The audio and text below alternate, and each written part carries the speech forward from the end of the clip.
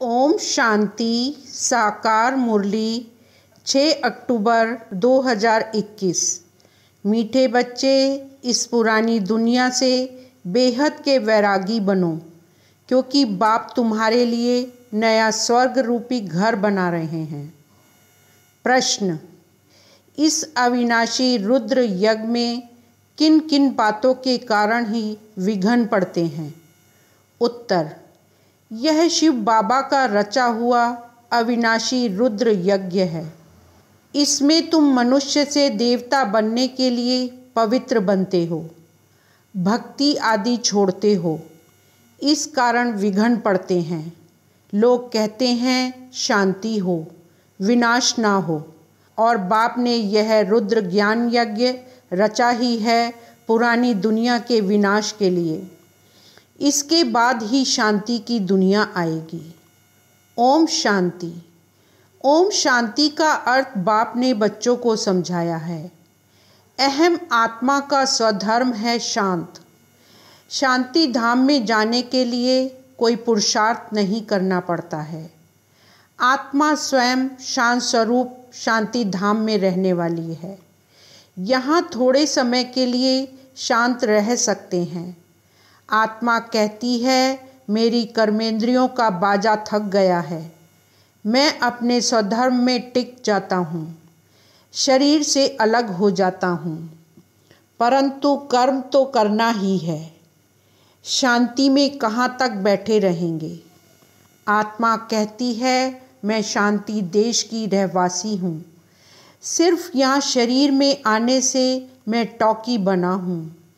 अहम आत्मा मम शरीर है। आत्मा ही पतित और पावन बनती है। आत्मा पतित बनती है तो शरीर भी पतित बनता है, क्योंकि सतयुग में 5 तत्व भी सतो प्रधान होते हैं। यहाँ 5 तत्व तमो प्रधान है। सोने में खाद पड़ने से सोना पतित बन जाता है, फिर उनको साफ करने के लिए आग में डाला जाता है। उनको योग अग्नि नहीं कहा जाता। योग अग्नि भी है जिससे पाप जलते हैं। आत्मा को पतित से पावन बनाने वाला परमात्मा है। नाम ही एक का है। बुलाते हैं हे पतित पावन आओ। ड्रामा प्लान अनुसार सबको पतित तमो प्रधान बनना ही है। यह झाड़ है ना, उस झाड़ का बीज नीचे रहता है, इनका बीज ऊपर में है। बाप को जब बुलाते हैं तो बुद्धि ऊपर चली जाती है, जिससे तुम वर्षा ले रहे हो, वह अब नीचे आया हुआ है। कहते हैं मुझे आना पड़ता है। मेरा जो यह मनुष्य सृष्टि का झाड़ है, यह अनेक वैरायटी धर्मों का है। अब वह तमो प्रधान पतित जड़ जड़ी भूत अवस्था को पाया हुआ है। बाप बैठ बच्चों को समझाते हैं। सतयुग में पहले पहले होते हैं देवी देवताएं, अब कलयुग में हैं असुर। बाकी असुर और देवताओं की लड़ाई लगी नहीं। तुम इन आसुरी 5 विकारों पर योग बल से जीत पाते हो। बाकी कोई हिंसक लड़ाई की बात नहीं है। तुम कोई भी प्रकार की हिंसा नहीं करते हो। तुम किसको हाथ भी नहीं लगाएंगे। तुम डबल अहिंसक हो। काम कटारी चलाना यह तो सबसे बड़ा पाप है। बाप कहते हैं यह काम कटारी आदि मध्य अंत दुख देती है। विकार में नहीं जाना है। देवताओं के आगे महिमा गाते हैं। आप सर्वगुण संपन्न, संपूर्ण निर्विकारी। आत्मा इन ऑर्गन्स द्वारा जानती है। कहते हैं कि हम पतित बन गए हैं, तो जरूर कब पावन थे। जो कहते हैं हम पतित बने हैं, बुलाते भी हैं हे पतित पावन आओ। जब पावन हैं तब कोई बुलाते ही नहीं। उनको स्वर्ग कहा जाता है। यहाँ तो साधु संत आदि कितनी धुन लगाते हैं। पतित पावन सीताराम, जहाँ भी जाओ गाते रहते हैं। बाप समझाते हैं कि सारी दुनिया पतित है। रावण राज्य है ना, रावण को जलाते हैं, परंतु उनका राज्य कब से हुआ किसको पता नहीं है। ढेर की ढेर भक्ति मार्ग की सामग्री है। कोई क्या करते, कोई क्या करते। सन्यासी भी कितने योग सिखाते हैं। वास्तव में योग किसको कहा जाता है यह कोई को पता नहीं है। यह भी किसका दोष नहीं है। यह ड्रामा बना बनाया है। जब तक मैं ना आऊं इन्हों को अपना पार्ट बजाना है। ज्ञान और भक्ति।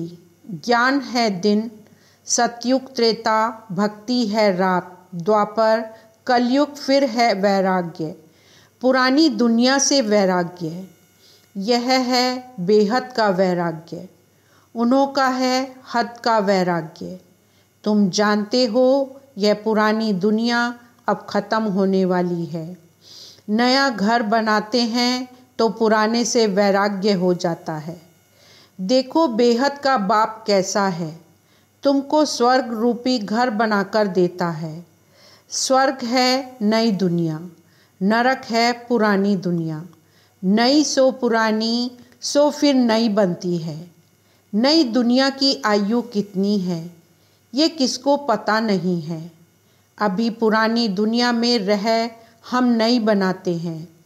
पुराने कब्रिस्तान पर हम परिस्तान बनाएंगे। यही जमुना का कंठा होगा, इस पर महल बनेंगे। यही दहली जमुना नदी पर होगी। बाकी यह जो दिखाते हैं पांडवों के किले थे, ये सब ड्रामा प्लान अनुसार जरूर फिर भी बनेंगे। जैसे तुम यज्ञ तप दान आदि करते होंगे, यह फिर भी करना होगा। पहले शिव की भक्ति करते हो, फर्स्ट क्लास मंदिर बनाते हो, उनको अव्यभिचारी भक्ति कहा जाता है।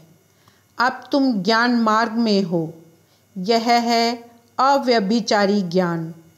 एक ही शिव बाबा से तुम सुनते हो, जिसकी पहले तुमने भक्ति की। उस समय कोई और धर्म होते नहीं। उस समय तुम बहुत सुखी रहते हो। देवता धर्म बहुत सुख देने वाला है। नाम लेने से मुख मीठा हो जाता है। तुम एक बाप से ही ज्ञान सुनते हो। बाप कहते हैं और कोई से तुम मत सुनो। यह है तुम्हारा अव्यभिचारी ज्ञान। बेहद बाप के तुम बने हो। बाप से ही वर्षा मिलेगा, नंबरवार पुरुषार्थ अनुसार। बाप थोड़े समय के लिए साकार में आया हुआ है। कहते हैं मुझे तुम बच्चों को ही ज्ञान देना है। मेरा यह स्थायी शरीर नहीं है, मैं इसमें प्रवेश करता हूँ। शिव जयंती से फिर झट गीता जयंती हो जाती है। उनसे ज्ञान शुरू कर देते हैं। यह रूहानी विद्या सुप्रीम रूह दे रहे हैं। पानी की बात नहीं। पानी को थोड़े ही ज्ञान कहेंगे। पतित से पावन ज्ञान से बनेंगे। पानी से थोड़े ही पावन बनेंगे। नदियाँ तो सारी दुनिया में हैं ही। यह तो ज्ञान सागर बाप आते हैं। इसमें प्रवेश कर नॉलेज सुनाते हैं। यहाँ गौमुख पर जाते हैं। वास्तव में गौमुख तुम चैतन्य में हो। तुम्हारे मुख से ज्ञान अमृत निकलता है। गौ से तो दूध मिलता है, पानी की तो बात ही नहीं। ये सब कुछ बाप बैठ समझाते हैं, जो सबका सद्गति दाता है। अब सभी दुर्गति में पड़े हैं। आगे तुम नहीं जानते थे तो रावण को क्यों जलाते हैं। अब तुम जानते हो बेहद का दशहरा होने वाला है। यह सारी दुनिया बैठ टापू है। रावण का राज्य सारी सृष्टि पर है, जो शास्त्रों में है। बंदर सेना थी, बंदरों ने पुल बनाई। ये सब हैं दंत कथाएं। भक्ति आदि चलती है। पहले होती है अव्यभिचारी भक्ति, फिर व्यभिचारी भक्ति। दशहरा, राखी बंधन सब अभी के ही त्यौहार हैं। शिव जयंती के बाद होती है कृष्ण जयंती। अभी कृष्णपुरी स्थापन हो रही है। आज है कंसपुरी, कल होगी कृष्णपुरी। कंस आसुरी संप्रदाय को कहा जाता है। पांडव और कौरवों की लड़ाई है नहीं। कृष्ण का जन्म है सतयुग में। वह है फर्स्ट प्रिंस। स्कूल में पढ़ने जाता है। जब बड़ा होता है तो राजगद्दी पर बैठता है। महिमा सारी शिव बाबा की है, जो पतितों को पावन बनाने वाला है। बाकी यह रासलीला आदि यह तो आपस में खुशी मनाते होंगे। बाकी कृष्ण किसको ज्ञान सुनाए, यह कैसे हो सकता है। बाबा कहते हैं किसको मना नहीं करनी है कि भक्ति नहीं करो, आपे ही छूट जाती है। भक्ति छोड़ते हैं, विकार छोड़ते हैं, इस पर ही हंगामा होता है। बाबा ने कहा है मैं रुद्र यज्ञ रचता हूँ। इसमें आसुरी संप्रदाय के विघ्न पड़ते हैं।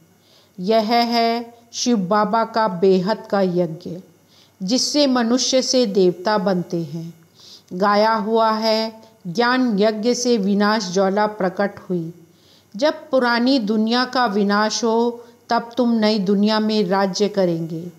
लोग कहते हैं, हम कहते शांति हो, यह बीके कहते विनाश हो। ज्ञान न समझने के कारण ऐसा बोलते हैं। बाप समझाते हैं यह सारी पुरानी दुनिया इस ज्ञान यज्ञ में स्वाह हो जाएगी। पुरानी दुनिया को आग लगने वाली है।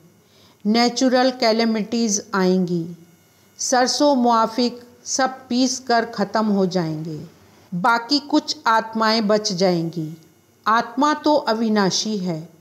अब बेहद की होलिका होनी है, जिसमें शरीर सब खत्म हो जाएंगे। बाकी आत्मा पवित्र बनकर चली जाएगी। आग में चीज शुद्ध होती है। हवन करते हैं शुद्धता के लिए। वह सब है जिस्मानी बातें। अब सारी दुनिया स्वाह होने वाली है। विनाश के पहले जरूर स्थापना होनी चाहिए। किसको समझाओ, पहले स्थापना फिर विनाश। ब्रह्मा द्वारा स्थापना। प्रजापिता मशहूर है आदिदेव, आदि देवी। जगत अम्बा के लाखों मंदिर हैं, कितने मेले लगते हैं। तुम हो जगत अम्बा के बच्चे, ज्ञान ज्ञानेश्वरी, फिर बनेंगी राज राजेश्वरी। तुम बहुत धनवान बनते हो, फिर भक्ति मार्ग में लक्ष्मी से दीप माला पर विनाशी धन मांगते हैं। यहाँ तुमको सब कुछ मिल जाता है। आयुष्मान भव पुत्रवान भव। वहाँ 150 वर्ष आयु रहती है। यहाँ तुम जितना योग लगाएंगे उतनी आयु बढ़ती जाएगी। तुम ईश्वर से योग लगाकर योगेश्वर बनते हो। बाप कहते हैं मैं धोबी हूँ, सब मूत पलिती आत्माओं को साफ करता हूँ, फिर शरीर भी शुद्ध मिलेगा। मैं सेकंड में दुनिया के कपड़े साफ कर लेता हूँ। सिर्फ मन मना भव होने से आत्मा और शरीर पवित्र बन जाएंगी। छू मंत्र हुआ ना, सेकंड में जीवन मुक्ति कितना सहज उपाय है। चलते फिरते सिर्फ बाप को याद करो, और कोई जरा भी तकलीफ़ नहीं देता हूँ।